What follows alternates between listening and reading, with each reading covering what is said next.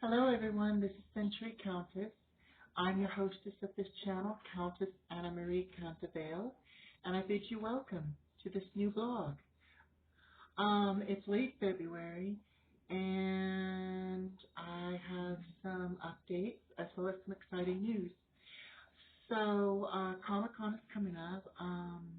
The big Queen Millennia character reveal, Queen La Andromeda Promethean costume, is going through some minor adjustments just to get rid of the little knickknacks that are kind of irritating me. Nothing worth seeing, but I want to look good for Comic Con, especially because there are two special people that are coming here to Seattle. Well, actually, one's local, which is really awesome, and then the other one is from somewhere else, and she made a big announcement that she's coming to Seattle the day of Comic Con for a type of meet and greet thing. I don't want to reveal who they are, but they're two of my biggest, I guess, idols, for lack of a better word. And I just want to do something for them. So today, in this little tutorial slash blog, I will be showing you how to make, ta-da, peg dolls. And these little dolls kind of give you a hint of who the special people are. But as I said, I won't reveal who, but I will be presenting these to them. So if they're watching this, I hope you love this video of them being made. I hope you love them when I present them to you in person. And I have to say, I'm a big fan. So, yeah, that's what we'll be doing today, as well as an update. So without further ado, let's start the adventure of making these peg dolls. So here are the items that you need to make our special peg dolls. We got glue sticks, glue gun, some oven-friendly baked clay, our pegs for our peg dolls, 3 varieties of paint. We got flesh, red for lips, and black for eyes. And then the stuff that they're laying on is some felt material. Got these for like 49 cents, the cheapest material you'll get in a fabric store ever. So we'll need all of these to make our project. So without further ado, let's begin. Another thing is to get a pencil or an art pencil, whichever one you prefer, and just kind of draw out your plans, like, you know, the area where your arms are going to go, ears, hairline, face, etc. So yeah, make sure you get all of that, and then even when you paint it, you're going to layer it up so it might eventually just fade out, but sometimes it might show through a little bit, so this would be a perfect guideline. And then this area right here is going to be covered up with the felt, so you don't have to worry about covering up the full pieces. And then the hairline area is to where you're going to put the oven baked clay, because believe it or not, these are actually going to go into the oven for just a few minutes, for the hair at least. Then we can work on the clothes afterwards. So yeah, with a pencil, just draw the features that you want. I chose like the old-fashioned regular Lego features because I thought it'd be cuter for a peg doll. So we're going to begin with a flesh tone coat. This is natural buff, and it's a nice kind of pale fair complexion flesh tone. I mean, literally, it's basically all they had. The other stuff was more like a tanny, not very pretty flesh tone. So this nice fair one looks really good. So like I said, we're going to layer them up with a couple of coats, at least for the face. And afterwards, we're going to let that dry. And then we're going to take some of our red and black paint that we have here and basically recolor the face in, and then maybe a little bit of red to add like some lipstick or something. So here they are after I painted them, did their face and their hair. So I'll go quickly on the process. I'll start with the medieval one. So, which is this lovely Princess Leia looking one right now. So just I did a pear base, and with a just a plain old pencil, I did the center part. And then I took a couple of pieces of clay. I rolled them out into 3 very long, as thin as I could, strips. I braided them like I would with natural hair. I cut them into 2 pieces. I kind of bushed them together so they were both looking like tight braids.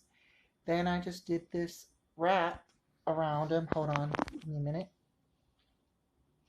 So yeah, you have this little wrap here, and the braid kind of faded out a bit, but you can actually see the bunched up braided bits here and there. And then just a little bit of a view of the center part.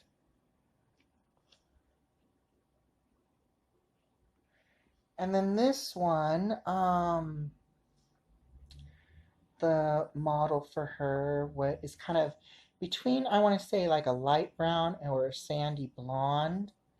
So what I did was, since it was the same dark brown clay, I while it was non-baked, I did a gloss with the beige paint, as I'll call it, or the buff, or as it's basically called in the bottle. So I'll just say flesh tone. So the flesh tony stuff, I watered it down and glossed over it. Then I baked it. And then after it cooled down, I did another watered down based acrylic paint. This was yellow. And this helped it give it that kind of between sandy blonde and sandy brownish tone. Um, this is also a Victorian themed peg doll, so with what little bit of the clay I had, I made this little bustle bump. So when I put the Victorian dress on after I make it, it will have that cute traditional Victorian bustle thing going on. So yeah, these are the dolls, and so our next step will be to basically make their clothes, and we'll go into that, starting with the medieval one because that would be the easiest, and then the more detailed one, which will be the lovely Victorian one, last. So let's get started, shall we? So here is a piece of the red felt. I cut it into a kind of slightly between rectangular and square cube. Folded in half, laid it down, set the doll on top of it, measured the length, so that way there's no droopy bulk. I was thinking about adding a train to it to kind of give it more flair, but it just was not working, so we trimmed it out a bit.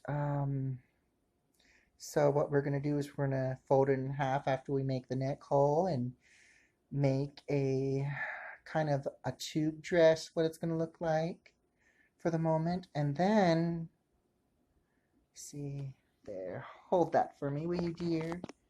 I have this. I've had this for who knows how long, years, and I thought this would be perfect for a belt, maybe even the circlet to add after I get the veil in. And yeah, also what little bit I have of the felt cutout trim scraps, I'm also going to add this for some detail for the cuffs. Little hands will be cut out for the peg doll. She will have her hands painted the same color as her skin tone. and she will be done. So I will show you in that by steps. So here is the beginning process, and I'll show you what I have to do next. One moment. Boom. So here it is, the beginning process. It's not on the doll yet. I need to sew the sides up, and then I'll just slip it on her. Um, let's see. So I just basically folded it in half, cut it a round circle for the neck hole, and then basically an armhole and a slightly curved out skirt part. So it kind of looks like she's wearing a very long red shirt. But this is a red dress, a red medieval themed dress. So yeah, we'll stitch it up, slip it on her, and or hot glue it on her basically, and add the minor details. So here she is after we hot glued the dress to the peg body. I cut these little triangles to give the illusion of panels, and then I kind of made these folds with the help of the hot glue, glued to the peg body. I added the special little belt. I kind of did it kind of lopsidedy to kind of give the illusion it's slightly loose. And then with the little strips from the cutout pieces of the dress, I made a decorative collar piece as well as the cuffs. Um, yeah, it's coming out pretty good. So next is the veil. That's pretty easy, just a square, basically similar to the dress, just a square piece of fabric that will be cut and shaped onto the head. And then we'll add the tiara, and then she'll be done. And here she is in her full glory. Oh my gosh, I had no idea how fun it is just to make a peg doll. I mean, I've seen them on little tutorials, but I never knew how cute they would actually turn out in real life, especially one that I made. Oh my gosh. So yeah, completely made out of felt, the clothes. The belt and the little circlet really make it pop. And it's perfect. It's perfect. I think um, the peg doll will be well liked um, by the person she's inspired by. So I think it's time that we work on dressing the Victorian lady. So without further ado, let's get started on her. So we did the little petticoat in these cute little pleats. Two different strips of the felt fabric. First was the kind of creamy white with the dark chocolate brown that we all added together with hot glue. I wanted to make sure that it did not hide the black bottom because those are the little boots. Yep, those are the little boots. So we're going to be working on the upper part of the skirt and a little bit on the bustle, and then we'll show you that. So here's the upper half of the skirt. Got this cute little bustle pattern thing going on. She's coming along quite nicely. Then over here are pieces to the upper half of the blouse, her arms, her sleeves, her little hat. We got her little hat here. We got like a brooch vein and a false blouse going on. Her little hands. These last three pieces of gem things I might incorporate in the costume, or I might just put away for a later project. You never know. So I'm going to assemble the remaining pieces of her upper half, and then she will be completed. And our lovely Victorian lady's finished. I managed to find some areas to put the extra jewels. I actually put them on the bustle to give them some extra pop. I wanted to find a tiny little chain to add to this little brooch right here to kind of give it the illusion that it opens up into one of those old-fashioned pocket watches, but unfortunately I couldn't find a chain that was small enough or pretty enough. And here, let's put them together. Hold on, let me set that down a bit. And ta-da! In perfect harmony. Um, I hope the special people that are coming down to the Seattle downtown area will love these. I made them with love and appreciation for what they do. And I think it's quite a good likeness. I mean, I'm not going to say who they are, but I'm sure those who have seen their channels could get a guess because they have similar costumes. They're wearing these little figurines are wearing costumes that are very similar to something that they themselves have worn. So, yeah, I think they're gonna love them. So I hope you like the creation of those peg dolls. Oh my gosh, it's so cool. I mean, my first idea was to do these little, I think that I call them spoon-shaped popsicle sticks, where they both look like two shapes of a spoon on both sides, so it's kind of like hourglassy. I was going to make little miniature bookmark things, but I thought, there's going to be a lot of extra. I don't know what I'm going to do with them.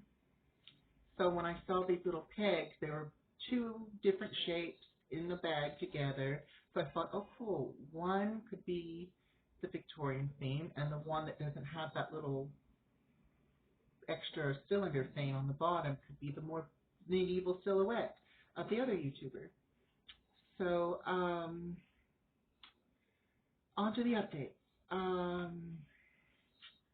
Renovation has begun on the seventh floor of our building. Everything's in the air. I have no idea when they're going to do my apartment. And rumors have it they're going to do one half one year and the other half the next year. So I don't know if this year will be my part of the floor or it will be the other side of our floor. So I don't know. Rumor also has it that we have to make sure we box our property so they can take it down to, I guess, a storage area that they've made for our property down in their basement. So I gotta make sure how many boxes I can get, if I can stuff everything in the boxes, and then half of it's going to go to a friend. I'm going to make sure it's all the important stuff, and then everything from little knickknacks that can easily be replaced without too much money can be replaced, and anything that's not valuable as well, but still used in life, basically, for lack of a better word. So, and I'm also going to make, if I have a non-limit, I'm going to count everything, how many boxes or trunks that I have, put it all in writing so they know what's what. That way, somebody doesn't claim that, oh, this is mine. Well, it's not yours, it's mine. Um, yeah. Also, we had a belated Valentine's Day get together with two of my best friends. A lot of things happened, so we couldn't really celebrate Valentine's Day on the day of Valentine's Day, but it was just a friendship thing. And some of our gifts was not ready, so there was that was another reason for delay, but I wanted to share with you mine. So I forget what they're properly called, but you put your cups on them, and my friend knows I love like century period theme things. So these little cup things that you put your cup on, well actually he, but we call her she, made have these beautiful cup things for me. Two of them are in gold theme, two of them in silver. They have these little cameos basically sealed up in, I believe, a resin type of deal. So here's one of the gold ones, And then here's one of the silver ones. I have about 4 of them. And then there was 2 cameos to spare, so I can actually wear these. When I first got them, I actually was wearing this beautiful kind of grayish outfit. So I wore this beautiful silver brooch. I mean, just look at that. Isn't that gorgeous? And then this is all of our favorites. This kind of bronzy, goldish, yellowish one. It's got a dangly. I love it when they have dangly. But yep, there we go. Here we are. This is it. Don't know if you can see it too well. I'm going to move it back and forth. The lighting is so bad in my house right now. That's another thing that they're going to do is change the electrician. So I don't know if you can see it sparkly, so pretty. But yeah, that's what we're going to do. So on an end note, I'm looking forward to Comic-Con, and now this bonus meeting 2 of my most favorite other YouTubers. Again, I will not reveal who they are. It will be a surprise. Maybe they'll let me put it on an episode of Century Countess, because I will be trying to film mine and a couple of friends' experience and adventure during Comic-Con, as well as my Queen Millennia costume. This is not it. This is basically my indoor relax outfit. This is actually an old Victorian costume, my first one, and it is falling apart. I just wanted to try it on, see how it looked, and just wanted to see if I could still work it, and I still work it, I hope. So, that's about it. I wish you a good day, and there may be a long delay after the Comic-Con adventure tour um, episode of Century Countess, because, like I said, I don't know when they're going to get started on the moving and the renovation. And so, because of that, I don't know when I'm going to do my next sewing adventure tutorial or any other blog. If I do, it will probably be very quick and mock up, kind of like what I did here. Everything's just thrown on. Fortunately, it looks good. Normally, I would do something a little bit more with my makeup, but maybe that's what I should do, is a makeup tutorial. Anyway, I'm going off the subject. So anyway, as I was saying, I hope you have a good day. Today is Wednesday, so it's almost the weekend. So I hope you have a good weekend. A happy few days of February that's left. And hopefully March brings you smiles and good fortune.